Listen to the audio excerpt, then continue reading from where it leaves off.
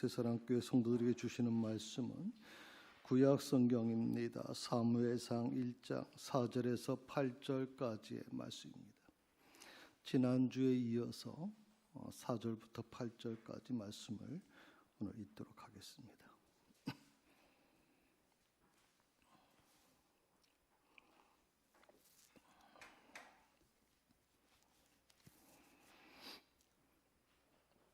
다 찾으셨으면 자리에 일어나셔서 하나님의 말씀을 들으시기 바랍니다.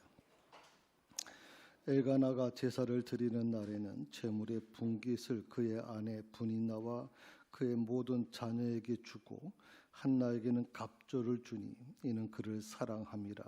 그러나 여호와께서 그에게 임신하지 못하게 하시니 여호와께서 그에게 임신하지 못하게 하심으로 그의 적수인 브니나가 그를 심히 격분하게 하여 괴롭게 하더라. 매년 한나가 여호와의 집에 올라갈 때마다 남편이 그같이 하매 브니나가 그를 격분시키므로 그가 울고 먹지 아니하니 그의 남편 엘가나가 그에게 이르되 한나여 어찌하여 울며 어찌하여 먹지 아니하며 어찌하여 그대의 마음이 슬프냐 내가 그대에게 10 아들보다 낫지 아니하냐 하니라. 이것이 하나님의 말씀입니다. 아멘.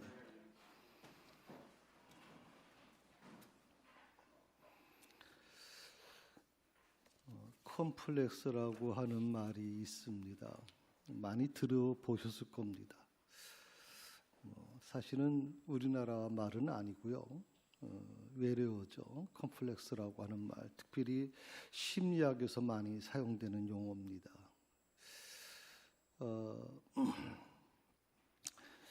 컴플렉스라는 이 말에는 한 3가지 의미가 있습니다. 첫 번째는 자신이 다른 사람과 좀 뒤떨어졌다고 생각하는 겁니다.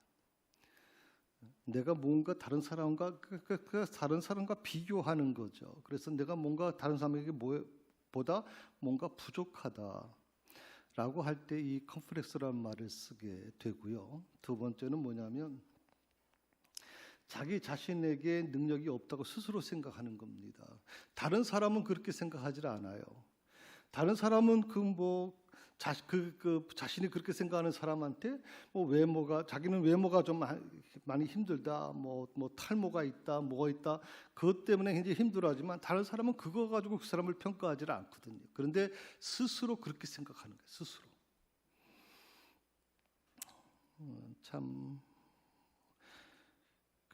다른 사람과 비교하는 것도 힘들지만 자기 자신이 스스로 자기 자신을 자책하는 것도 굉장히 힘듭니다. 이 컴플렉스가 이 2가지 문제가 있는 반면에 우리가 3번째는 너무나 잘하는 거죠. 컴플렉스 하게 되면 우리는 쉽게 이렇게 얘기합니다. 우울증이 아니라 열등감이다. 열등감이라는 말로 자주 사용해요. 그러니까 컴플렉스 이코로 열등감이다. 근데 이 열등감이라고 하는 컴플렉스가 곧 열등감이라고 하는 이 논리는 원래 심리학에서는 정확한 얘기는 아니에요. 이거는 일본으로 넘어가면서 일본 사람들이 컴플렉스를 열등감 컴플렉스, 열등 컴플렉스라고 하는 말을 이제 사용을 했지만 일본적 사고 방식에서 만들어낸 것이고 정식 심리학에서는 컴플렉스를 곧 열등감이라고 하는 표현은 쓰질 않아요. 잘.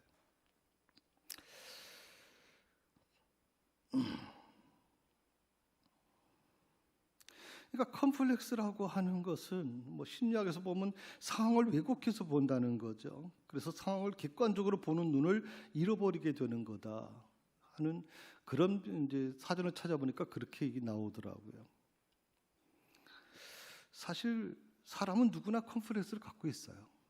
크고 작으냐의 문제지 컴플렉스가 많다 적다의 문제지 컴플렉스는 누구나 다 갖고 있을 거예요. 나는 컴플렉스가 없어요. 그렇게 얘기할 사람은 아무도 없습니다.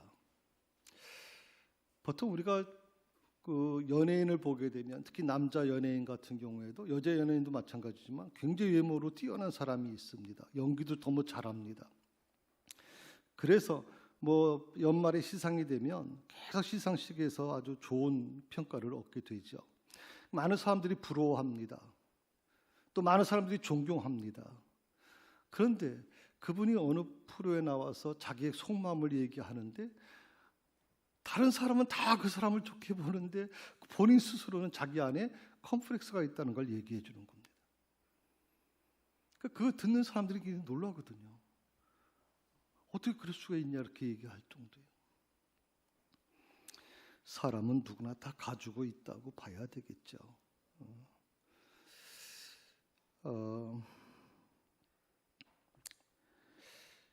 우리 자신에게 한번 생각해 볼까요? 내 안에는 어떤 컴플렉스가 있을까요? 내 안에 있는 컴플렉스는 과연 뭘까요? 남에게 얘기하기 거북한 부분도 있을 것이고, 뭐 다른 사람이 느끼는 아마 그런 부분도 있었겠죠. 공개적으로 나타나는 컴플렉스도 있을 거고, 숨겨진 컴플렉스도 있을 겁니다. 저 같은 경우에는 결혼하기 전에는 제가 굉장히 말을 더듬었습니다. 지난번에도 말씀드렸지만 말을 더듬고 그리고 발음이 잘 안 됐어요. 5개 발음이 잘 안 돼가지고 굉장히 아주 힘들었어요. 설교하기가 많이 힘든 부분이 있었어요. 그 제 아내를 만나고 나서 많이 교정하고 스스로 많이 노력을 했습니다. 그래서 제가 발음이 제일 안 되는 게 하나님이에요. 그 교정되기 전에는 하님 해가지고 무슨 말인지 몰라가지고 그렇게 할 정도로 제가 발음이 안 돼가지고 굉장히 힘들었거든요. 그래서 그런 부분들이 어떻게 보면 이제 컴플렉스처럼 느껴질 수 있었겠죠, 제 안에. 또 하나는 뭐냐면 여러분들은 잘 모르실 거예요. 제가 눈썹이 끝에가 별로 없어요. 어릴 때 유치원 때 제가 다쳤어요. 사촌 형이 삽으로 쳐가지고 제가 큰 수술을 받았거든요. 그래서 그때부터 이게 눈썹이 나질 않아요. 잘. 그러니까 제 아내가 사모가 늘 하는 말이 눈썹을 만듭시다 하나. 요즘에 뭐 눈썹 만들기 어렵지 않은데 눈썹 만듭시다 이렇게 얘기하는데 제가 제 아내에게 그런 얘기를 해요. 그냥 이러다 이렇게 살다가 하나님께 가겠어요. 그냥.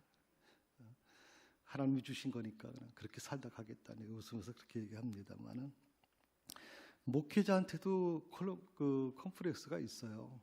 목사님들 중에 특히 작은 교회 목사님들 중에 이 컴플렉스가 굉장히 심각한 상태가 있는 분이 있어요. 본인은 괜찮아요. 본인은 뭐 저도 이제 목회를 하고 뭐 노예 활동을 하다 보면 결국에는 어떻게 보면 그 부분 때문에 많이 힘들어하고 고통스러워하는 목사님이 있어요. 근데 그거는 그 당대에는 괜찮아요. 그런데 중요한 게 뭐냐면 그 자녀에게 영향을 미치는 거예요.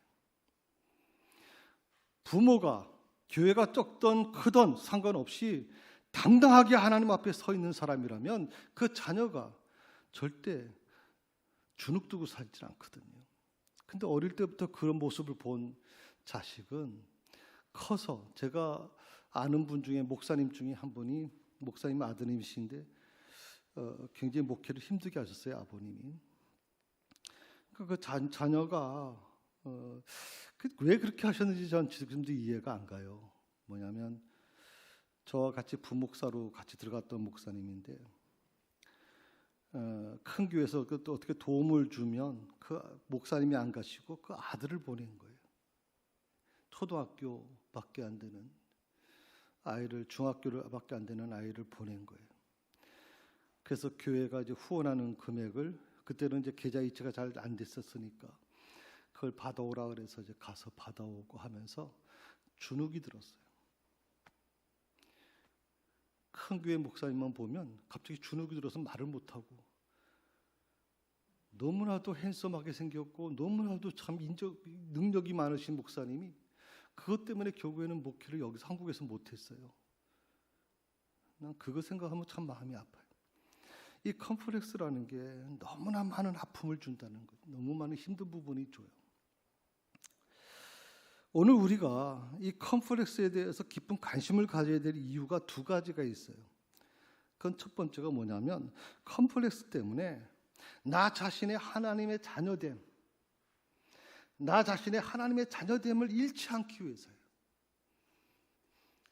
하나님의 자녀라는 사실이 너무나도 소중하고 너무나도 귀한 것이고 이 세상 어떤 것과도 바꿀 수 없는 귀한 것인데 이 컴플렉스가 하나님의 자녀됨을 잃어버리게 만드는 거예요. 참 난 정말 안타까워요.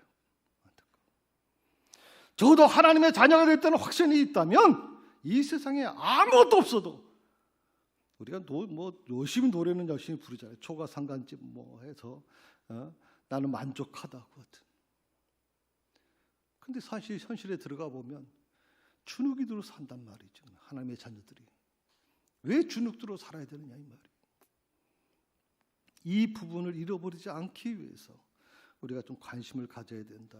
두 번째 뭐냐면 이 컴플렉스 때문에 너의 하나님의 자녀됨이에요. 너의 하나님. 그러니까 내 자신의 문제도 있지만 그것이 가까우게 보면 내 아내일 수도 있고 내 남편일 수도 있고 내 자식일 수도 있고 조금 넓혀 보면 우리 새사랑교회 같은 뭐 지체들일 수 있고 TLC 동료 뭐 원들일 수도 있고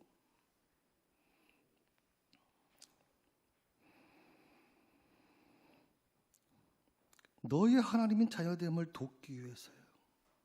너희 하나님 자녀됨.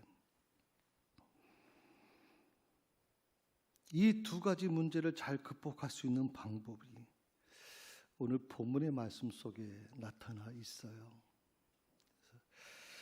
오늘 본문의 말씀은 주전 12세기에 있었던 사건이죠. 지난주에 잠깐 말씀을 제가 드렸습니다.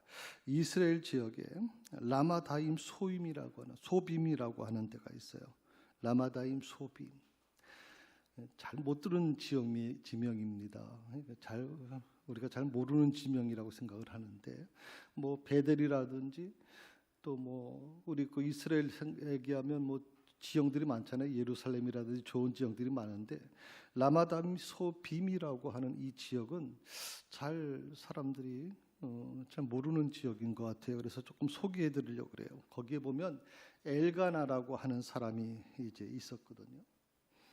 이 라마다임 소빔이라고 하는 것은 뜻은 뭐냐면 소빈인의 두 언덕이라는 뜻인데 여기 예언자 그 사무엘의 고향이에요.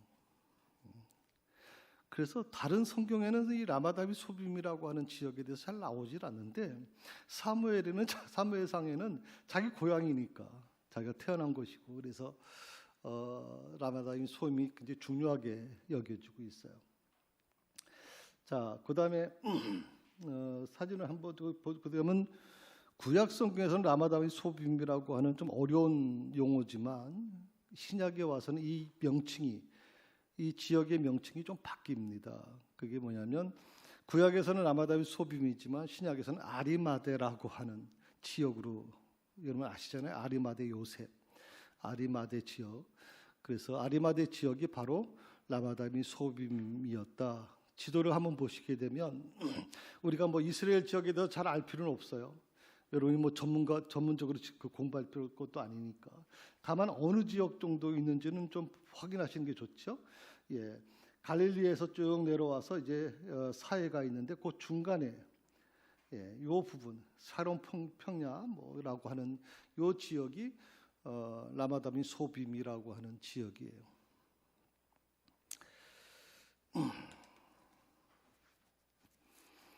잠깐 좀 지난주 걸 복습해 보면 이런 얘기죠. 엘가나에게는 한나와 브닌나라는 두 아내가 있었다. 지난주에 그랬어요. 브닌나에게는 자식이 있는데 한나에게는 자식이 없었다.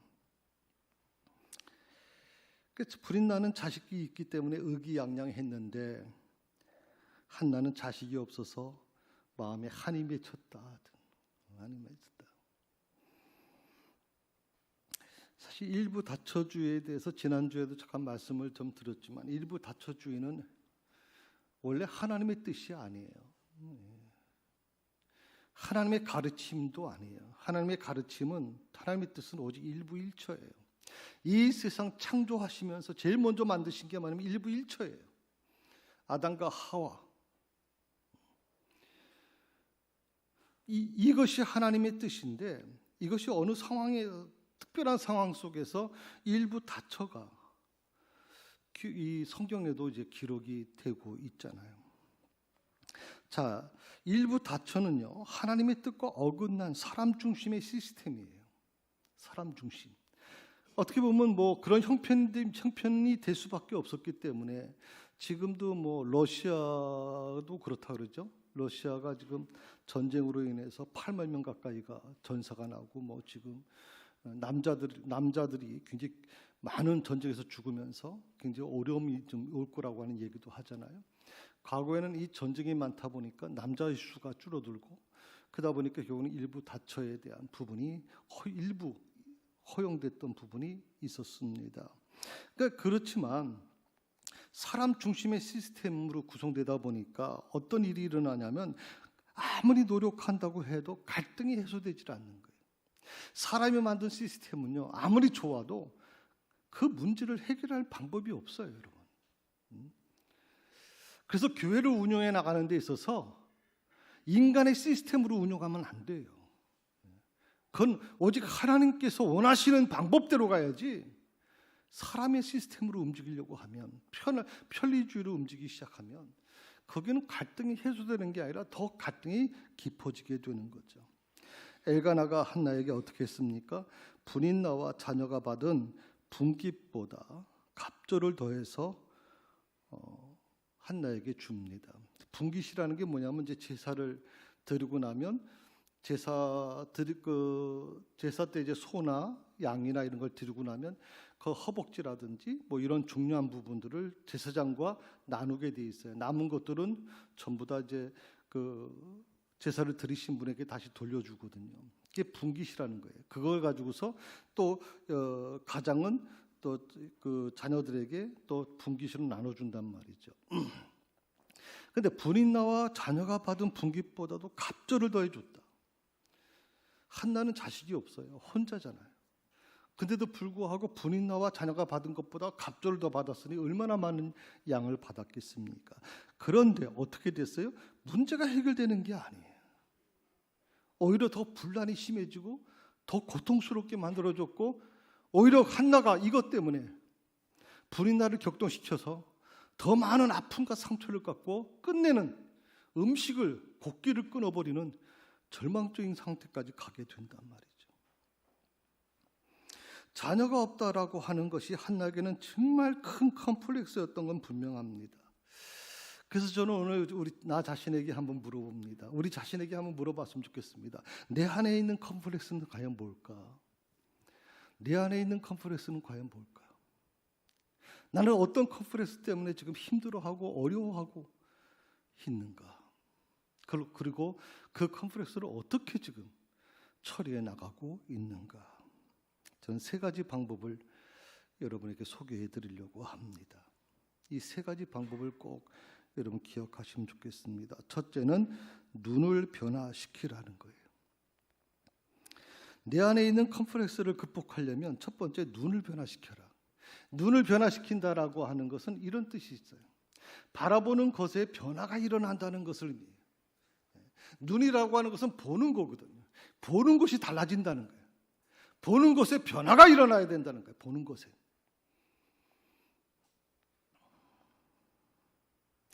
문제를 만났을 때 어떻게 해야 될 것인가? 5가지 실천 방안이 있는데 한번 여러분 자신의 것을 만들어 보셨으면 좋겠어요. 첫 번째, 문제를 바라보지 마라. 사람들은요, 어떤 문제를 만나게 되면 그 문제에 집착하게 돼요. 그리고 그 문제 속에 갇혀버려요. 예를 들어서 의사가 갑자기 환자분은 이런 지금 검사 결과가 나왔습니다. 그리고 뭐 예를 들어서 몸에 중요한 질병이 발견됐습니다. 그러면 그때부터 어떻게 돼요? 온통 머릿속에 다른 생각은 없어지고 그것에 갇혀버리는 거예요. 괜히 우울해지기 시작하고 불안해지기 시작하고 미래에 대한 두려움이 일어나기 시작하는 거죠. 문제에 갇혀버리는. 우리 믿는 사람들은 절대로 문제에 갇혀버리면 안 돼요, 여러분. 문제에 갇혀버리면 안 돼요.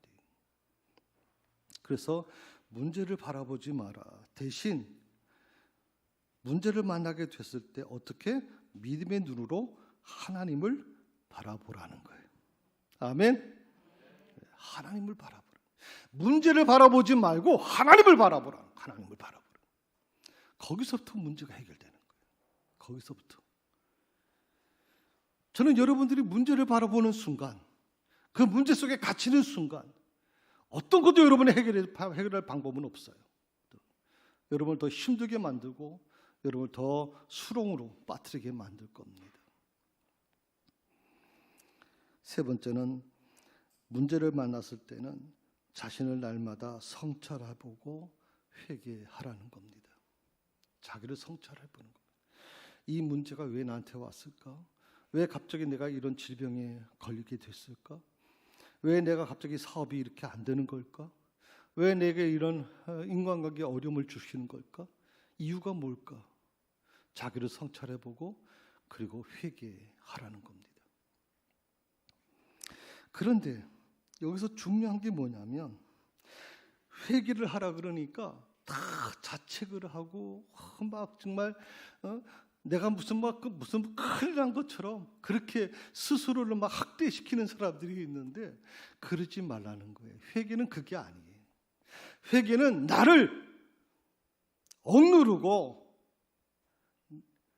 나를 학대시키는 게 아니에요. 그건 기독교의 회개가 아니에요. 보통 이 사람들이 좀 착각하는 이유가, 오해하는 이유가 뭐냐면 인도에서는 이 정신과 육체를 분리시켜 버려요. 그래서 정신은 굉장히 선하지만 육체는 악하다고 생각하는 거예요. 그래서 악한 육체 속에 선이 있기 때문에, 정신이 있기 때문에 이 정신을 어떻게, 이 영혼을 어떻게 순수하게 만들 수 있을까? 악한 육체를 괴롭혀야 돼요. 악한 육체를 계속 억압해야 돼요. 그래야 내 안에, 이 악한 육체 안에 갇혀있는 이 정신이 맑아진단 말이죠. 여러분, 회개라고 하는 걸 그런 식으로 생각하면 안 돼요, 여러분. 그건 회개가 아니에요. 하나님은 그렇게 말씀하신 적이 없거든, 지금. 그렇게 말씀하신 적이. 그럼 어떻게 해야 될 것이냐? 자신을 자책하지 말라는 거예요. 자신을 자책하지 말라는 거예요. 네 번째 이런 얘기가 나와요. 문제를 만나게 되거든 오히려 자신을 더 격려해줘라. 자신을 격려해줘라. 여러분, 회개라고 하는 게 뭐냐면, 회개라고 하는 그 부분이 한 두 가지, 나중에 나오겠습니다만은 자신의 죄와 허물을 솔직히 인정하는 게 회개거든요. 그리고 자신을 불쌍히 여겨달라고 하는 게 은혜를 구하는 거예요. 그러면 그것을 구하는 것이 나를 학대시키는 게 아니에요. 그러면 그럴수록 어떻게? 하나님께 회개를 드렸으면 그 다음엔 자기를 격려해 줘야 돼요. 배 목사 괜찮아. 많이 힘들었지? 하나님이 함께 하실 거야. 마음을 위로해 줘야 돼요. 같아나 힘든데 다른 사람들이 나를 이상한 눈으로 쳐다보고 있는데 자기 자신까지 자기 자신을 믿지 못하고 자기 자신이 자기 자신을 학대시키면 그 다음부터는 더 진짜 무서워지기 시작해요, 여러분. 그러니까 문제를 만나게 되거든, 어려움을 겪게 되거든 자신을 위로해 주셔야 돼요. 다섯 번째로, 문제를 만나게 되면 그 문제를 성숙의 디딤돌로 보고 극복하라는 거예요. 디딤돌로 만들라는 거예요. 고난은 우리에게 또 디딤돌이 돼줘야 돼요. 저는 목사 아들로 태어났어요. 물론 개척교회, 저희 아버님이 천막에서부터 개척교회 했으니까 얼마나 힘들게 목회했겠어요. 그렇지만 목사 아들로서 신앙적인 부분 때문에 고민해 본 적도 없고, 늘 교회 안에 머물면서 저는 그렇게 어려움 없이 살아왔어요. 그러다 군대 가서 정말 아주 어려움을 겪었고, 그리고 목회를 하면서 정말 다른 사람 다른 목회자보다 더 많은 어려움을 겪었어요. 아니, 평탄하게 살아왔던 백인모 목사가 왜 이렇게 힘든 목회를 하느냐라고 사람들이, 선배 목사님들, 동료 목사들이 얘기를 해요. 저는 그럴 때마다 이런 마음을 갖기도 했어요. 그 고난이 나를 단련시켰다라고 생각해요. 그 고난이 나를, 그 약한 모습에서 강하게 만들어줬다고 생각. 그러니까 문제가 되는 게 아니에요. 그 고난이 나를 힘들게 한 건 사실이지만 그 고난이 나로 하여금 더 강하게 만들었단 말이에요. 디딤돌이 되게 만들었다 이 말이에요. 디딤돌.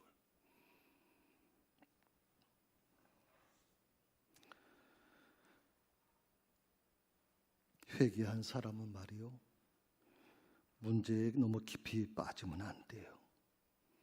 더욱이 문제에 갇혀버리면 안 돼요. 의사가 나한테 당신은 지금 굉장히 불치병에 걸렸어요. 굉장히 힘든 병에 걸렸습니다. 그렇게 얘기하면 그것에 온통 머릿속에 그냥 그것만 생각하고 그것만 갇혀버리는 삶이 아니라 오히려 툭 털어내야 돼요. 그리고 하나님, 이제부터 싸울 겁니다. 제가 이기게 해주십시오. 사람들이 볼 때 내 얼굴을 보면서 저 사람이 환자가 맞아? 저 사람이 불행을 당한 것이 맞아? 할 정도가 돼야 되는 거예요. 그게 믿음의 사람들이 가야 할 모습이지, 믿음의 사람들이 믿지 않는 사람처럼 똑같이 그냥 우울하고 힘들어하고 얼굴에 다 그렇게 그려지면 그건 바람직하지 않다고 생각하는 거죠. 나를 불안케 하는 이 컴플렉스로부터 벗어나는 길이 뭘까요? 문제를 보지 말고 하나님을 바라보고 그런 믿음 생활로 바꾸라고 하는 거예요. 그러면 나를 불안케 하는 이 컴플렉스로부터 벗어나게 될 것이라는 거죠. 믿음이 커지면 말이에요, 컴플렉스가 사라져요. 믿음이 성장하게 되면 컴플렉스가 사라진다. 만약 내 안에서 컴플렉스가 그것이 나를 계속 힘들게 하고 나를 고통스럽게 만들고 그 안에 나를 얽어매고 있다면 아직 내가 믿음이 성장하지 않았다는 뜻이에요. 간단한 얘기예요. 멀리 보면 멀리에 산봉우리들이 여러 개가 있어요. 가까운 게 있고 멀은 거 있어요. 멀리서 볼 때는 다 보여요. 그런데 제 앞에 가까운 산에 가까이 가면 갈수록 산 뒤에 있는 다른 봉우리들은 보이지 않습니다. 여러분이 믿음이 바로 서 있다면, 믿음이 바로 서 있다면 문제는 보이지 않아요.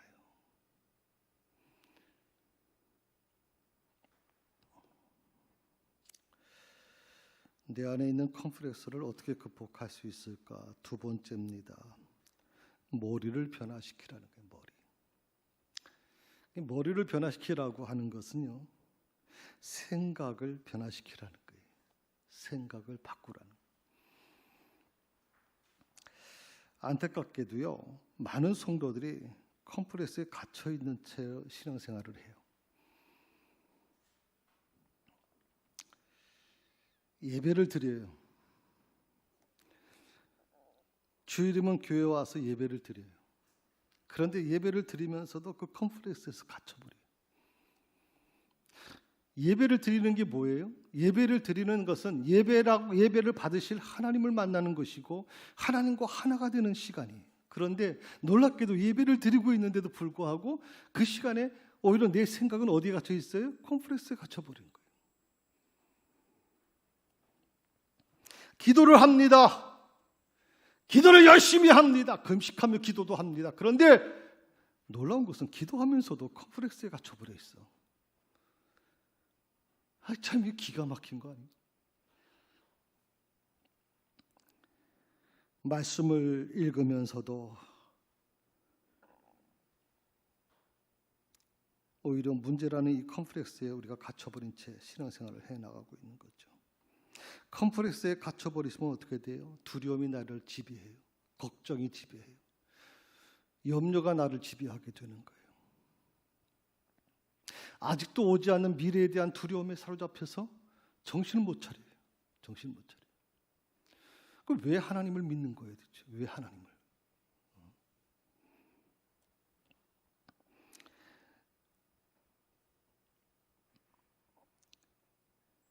약점에 대한 생각을 좀 바꿨으면 좋겠어요. 컴플렉스에 대한 생각을 좀 바꾸셔서 컴플렉스가 내 인생의 승부처가 되게 만드는 것이 중요해요. 컴플렉스. 사람들은 컴플렉스를 두려워하고 그것에 대해서 갇혀서 그냥 불안해하지만 나는 그 컴플렉스를 알게 됐을 때 오히려 그 컴플렉스를 통해서 내 인생의 승부처로 바꾸란 말이죠. 승부처로. 여기서 중요한 게 있어요. 약점이라고 하는 이 컴플렉스를 누가 주셨냐라고 하는 거예요. 많은 사람들이 특히 젊은 사람들 같은 경우에는 사회생활을 하려고 보면 참 부족한 게 많죠. 남들은 오늘도 제가 뉴스 이렇게 한번 봤더니 18억에서 35억 강남의 재개발 아파트에 15채를 20대가 구입을 했어요. 죽었다 깨나도 20대가 어떻게 30억 가까이 되는 것을 그것도 현금을 주고 살 수 있겠습니까? 15채 중에서 14채가 현금을 주고 산 거예요. 대출을 받은 게 아니라. 그러면 결국에는 딱 한 가지죠. 부모의 돈을 가지고 움직였다는 뜻이잖아요. 그럼 사람들이 생각해, 젊은 애들을. 누구는 부모 잘 만나가지고 저렇게 똥똥거리고 살고 나는 왜 이렇게 힘들게 사나? 그게 그에게 컴플렉스가 될 수 있겠죠. 근데 여러분 잘 생각해 보세요. 우리가 누구 때문에, 뭐 때문에, 부모님 때문에, 누구 때문에 자꾸만 그 남을 탓하기 전에 이 컴플렉스가 왜 왔을까? 이 컴플렉스 누가 주신 거냐? 놀랍게도 이 컴플렉스를 주신 분이 누구요? 하나님이시란 말이야. 이거죠. 원망하시려고 하면 하나님께 원망하세요. 부모에게 원망하지 말고. 난 참 부모 원망하는 사람들 좀 이해가 안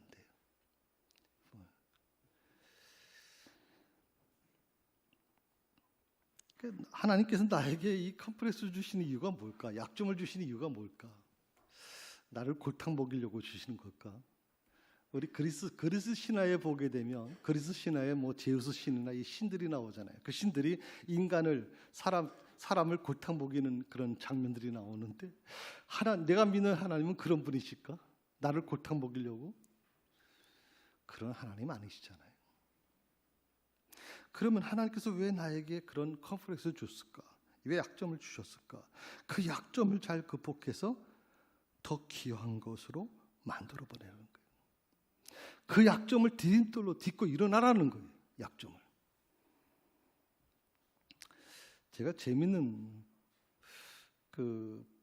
재밌게 보는 프로가 있어요. 그게 요리 프로예요. 저는 이 드라마나 이렇게 이미 짜진 그런 것은 별로 안 좋아해요. 영화도 별로 안 좋아해요. 저는 이제 새로 이렇게 만들어내는 걸 좋아해서 다큐멘터리라든지 아니면 이런 요리 같은 걸 좋아하는데 한동안 이런 프로가 있었어요. 유명 연예인이 있으면 그 연예인의 그 냉장고를 가져다가 그 냉장고에 있는 재료를 그대로 가지고 요리를 만드는 거예요. 요리사는 셰프는요 그 냉장고에 뭐가 있는지도 몰라요. 그냥 즉석에서 발견돼서 거기서 그 음식을 가지고 그 재료를 가지고 음식을 만드는 거예요. 제가 어때 한번 보니까 그 재료 가지고는 아무것도 못 만들겠더라고요. 셰프들도 요리사들도 기가 막히니까 말을 못하고 가만히 쳐다보고 있어요. 그런데 한 30분 시간인가 1시간 시간이 주어지는데 그걸 가지고서 나중에 음식을 만들었는데 그 냉장고의 주인 되는 연예인이 감동을 받을 정도예요. 감동을 받을 정도.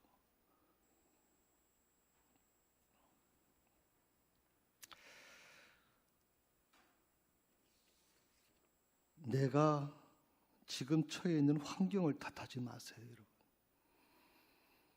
그것까지도 하나님이 허락해 주신 거라면 그걸 통해서 내가 어떻게 요리하느냐가 중요한 거 아니에요?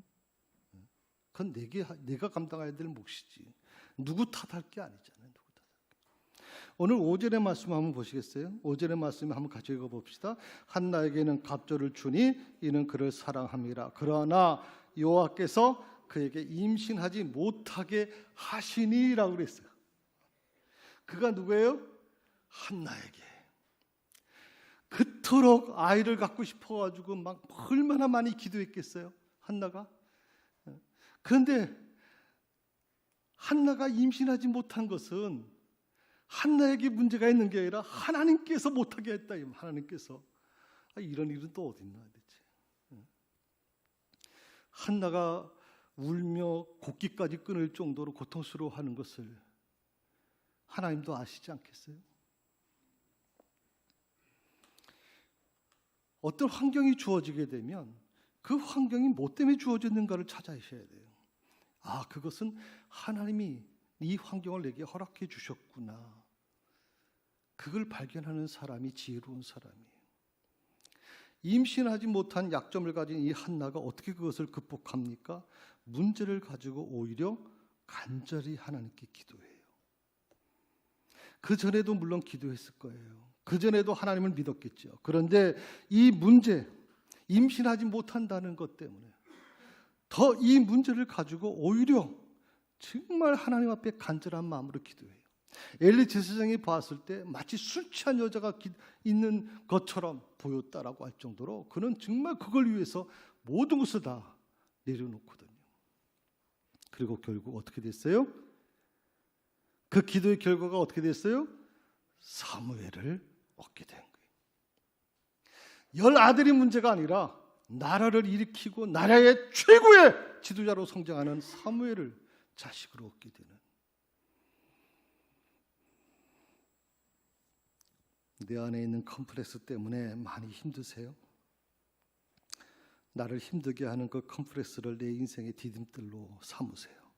그러면 그 컴플렉스가 주춧돌이 되어서 나를 더 위대하게 하나님이 만들어 가실 거예요. 그게 중요한 거죠. 여러분 자녀들을 바라보면 자녀들을 위해서 기도할 때도 마찬가지예요. 자녀의 지금의 모습만 바라보면서 탓하거나 그렇게 하지 마세요.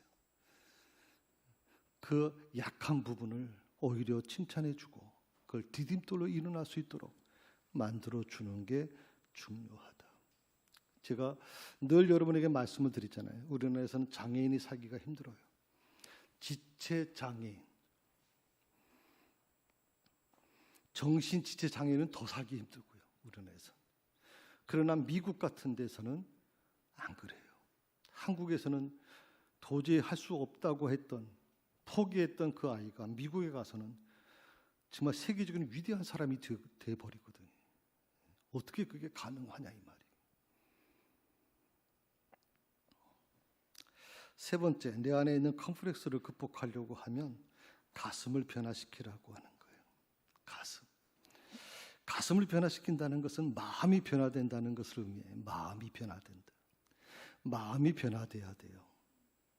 마음이 꿍하고 마음이 이미 그런 문제에 갇혀버리게 되면 그 마음은 슬픈 마음이 되고 우울한 마음이 되고 밤에 잠을 못 자고 고통스러울 수밖에 없어요.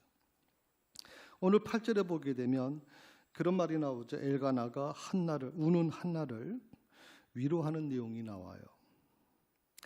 엘가나가 한나에게 이렇게 얘기합니다. 10아들보다 나은 존재 바로 내가 있지 않는가라고 그렇게 위로하고 있어요.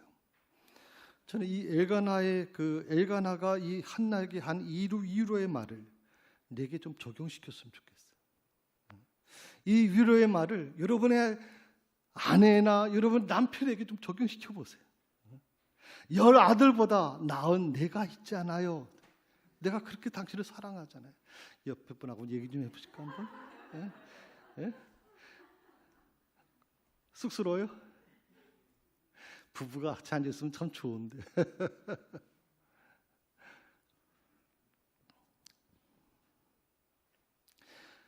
내게 더 좋은 것이 있음을 깨달으셔야 돼요. 없는 곳에 연연하지 마세요.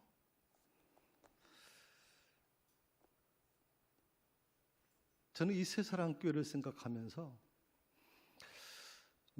제가 물론 말씀드리지만 몇 번의 기회가 있었음에도 불구하고 제가 그걸 포기했어요.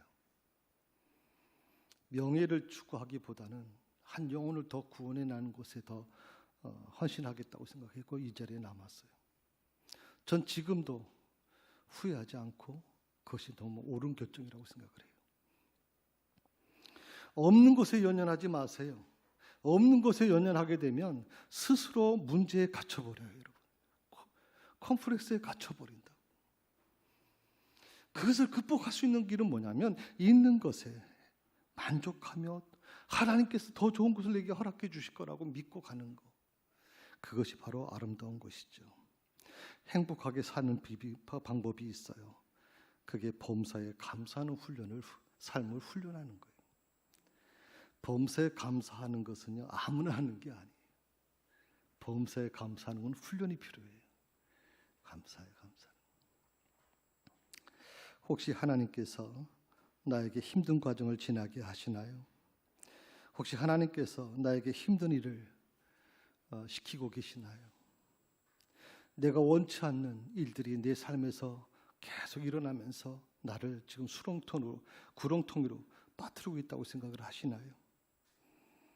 오히려 하나님께 감사하면서 이렇게 고백하세요.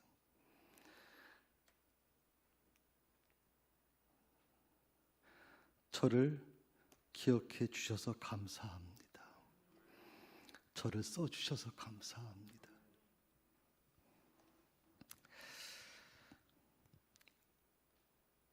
그러니까 힘든 일을 겪고 있는데 많은 사람들이 그 힘든 일을 겪으면서 막 좌절하고 절망할 때 하나님 나를 그래도 기억해 주셔서 감사해요.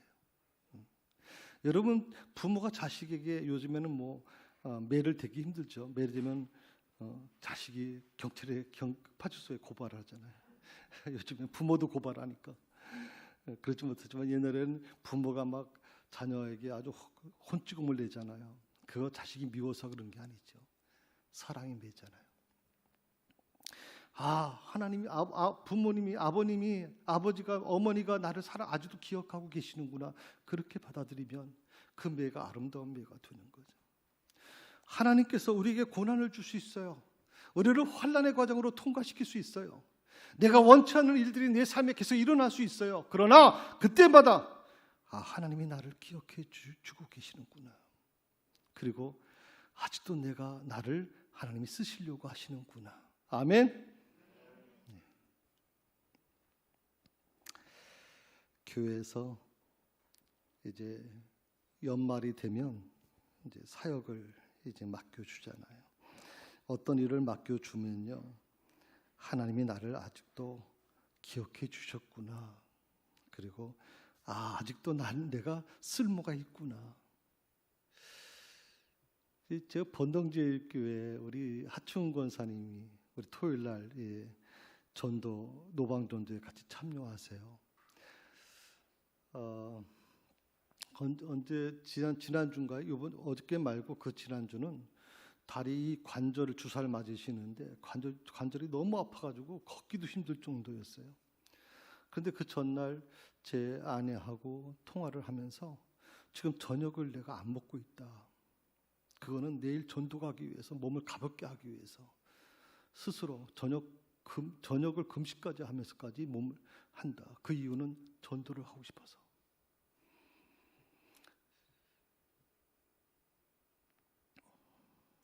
번동제일교회는요 70이 되면 은퇴를 해요. 은퇴식을 하고 나면 모든 교회 사역에서 다 물러나야 돼요. 자리에서.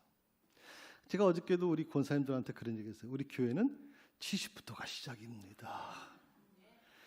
하나님 저희 목사님 도저히 제 건강이 도저히 못하겠어요. 이제는 할 때까지는 저희 교회는 은퇴식이 없습니다. 그랬더니 이 지역에 있는 어떤 분은 목사님이 은퇴를 안 하시는 걸로 알고 있다고. 그래서 목사는 아닙니다. 저는 분명히 말씀드려요. 저는 70에 은퇴할 겁니다. 우리 성도들만 그러는 거니까.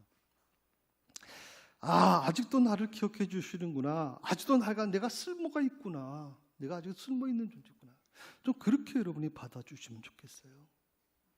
괜히 제가 지금 마음이 아픈 것은요. 저는 원래 1인 1사역을 원칙으로 해왔어요. 교회를 개척하면서부터. 그런데 교회가 좀 많이 약해지면서 1인 1사역 가지고는 도저히 감당할 수가 없어요. 그러다 보니까 어느 한 분이 어떤 분들은 세 가지 사역을 맡아서 일을 하고 그러다 보면 목사인 제가 그분을 바라보면서 막 눈물이 나요. 미안해서. 눈물이 난다고. 그래서 제가 할 수 있는 건 뭐예요? 위로의 말이라든지 격려의 말을 해주고 또 새벽에 그분을 위해서 축복하는 기도를 해주는 거예요. 목사인 제가 그분을 바라보면서 눈물이 날 정도였으면 하나님도 마찬가지일 거라고 생각이 들거든요. 하나님도.